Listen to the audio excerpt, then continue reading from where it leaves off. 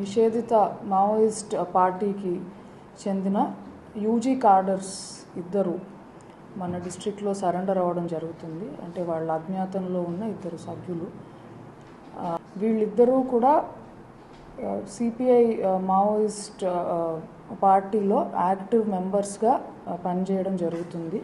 Police శాఖ చాలా welfare activities అవన్నీ టేకప్ చేయడము అండ్ ప్రజల్లో పోలీస్ పట్ల చాలా ఆదరణ టు ఆల్ కార్నర్స్ ఉండడం చూసిన తర్వాత వాళ్ళు కూడా కుటుంబ సభ్యులతో ప్రశాంతంగా జీవితం గడపచ్చు అనే ఉద్దేశంతో వాళ్ళు అజ్ఞాతం నుంచి బయటికి రావాలని నిర్ణయం తీసుకుని ఇవాళ మన దగ్గర సరెండర్ అవ్వడం జరుగుతుంది.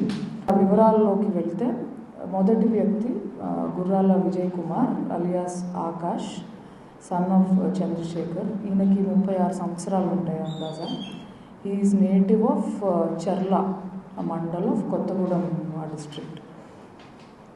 ఈయన 2022 సంవత్సరం హిడ్మా నాయకత్వంలో సిపిఐ మావోయిస్ట్ పిఎల్జిఏ 1st బెటాలియన్లో పార్టీ మెంబర్గా పనిచేస్తున్నారు. ఆ తర్వాత సప్లైస్ టీం మెంబర్గా ఉన్నారు. తర్వాత టెక్నికల్ టీం మెంబర్గా కూడా ఉన్నారు. అజ్ఞాతంలోకి వెళ్ళిన తర్వాత బెటాలియన్లో టెక్నికల్ టీం మెంబర్, యాక్టివ్ మెంబర్గా he has been working.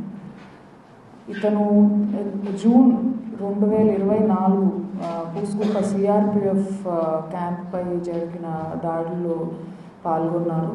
July 2024 Gummiguda firing, September 2024 Gundrajagudem firing, December 2024 Palaguda firing and ఈ సంవత్సరం జనవరి 2025 తంబెల్బట్టి ఫైరింగ్లో కూడా హీ హాస్ పార్టిసిపేటెడ్. ఇందులో 8 మంది మావోయిస్టులు చనిపోవడం జరిగింది.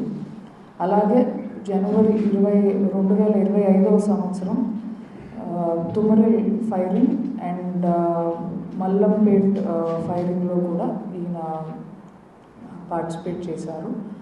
అలాగే ఫిబ్రవరి ఈ నెల పెద్ద ఊట్లపల్లి ఫైరింగ్లో కూడా హీ హాస్ పార్టిసిపేటెడ్.